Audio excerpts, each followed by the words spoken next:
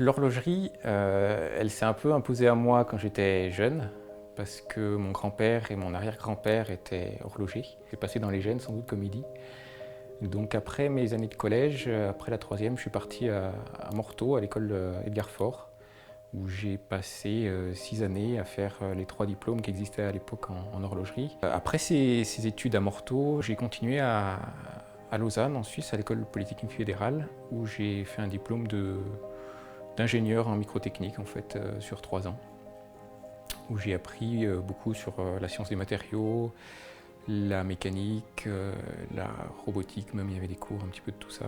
Ça a vraiment été un bon complément aux études qui sont dispensées en France, qui sont plus axées sur le côté horloger, réparateur, habilleur. Là, c'est vraiment une formation pour la conception, où j'ai appris aussi une logique, une façon de penser, de raisonner qui est vraiment pertinente et qui me sert beaucoup aujourd'hui, même dans la pratique.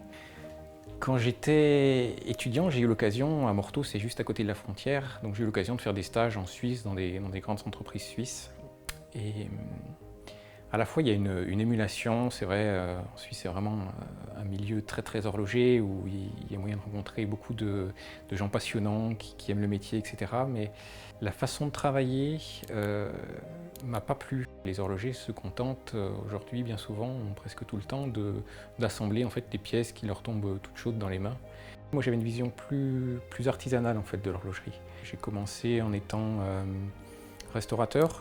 J'ai beaucoup aimé ça, restaurer des vieux garde-temps du 18e, des montres de toute beauté, avec des mécanismes d'une ingéniosité souvent bluffante, très très travaillée. Avec Luc Monet, on a commencé tous les deux un petit projet, et puis j'ai continué de mon côté jusqu'à aboutir à la création d'une première montre avec toutes les pièces, absolument toutes les pièces de la montre, sauf les rubis, des choses qui sortent du cadre du métier de l'artisan horloger, toutes les pièces fabriquées à la main et dans mon atelier, y compris les vis, le rouage, les balanciers, le boîtier, etc.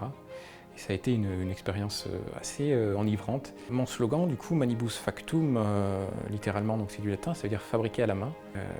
J'essaye de rendre mes montres en adéquation avec ma pensée, c'est-à-dire que j'aime le travail artisanal et je veux que mes montres aient du sens, qu'elles aient qui s'en dégage quelque chose. Et je pense que le travail à la main, ça confère une forme de supplément d'âme à la montre et que c'est des montres qui ont du sens. Du coup, c'est des montres qui vivent, qui ont des défauts, du coup, parce qu'on n'est jamais aussi précis quand on travaille à la main, à la lime, que quand on travaille avec des machines à commande numérique.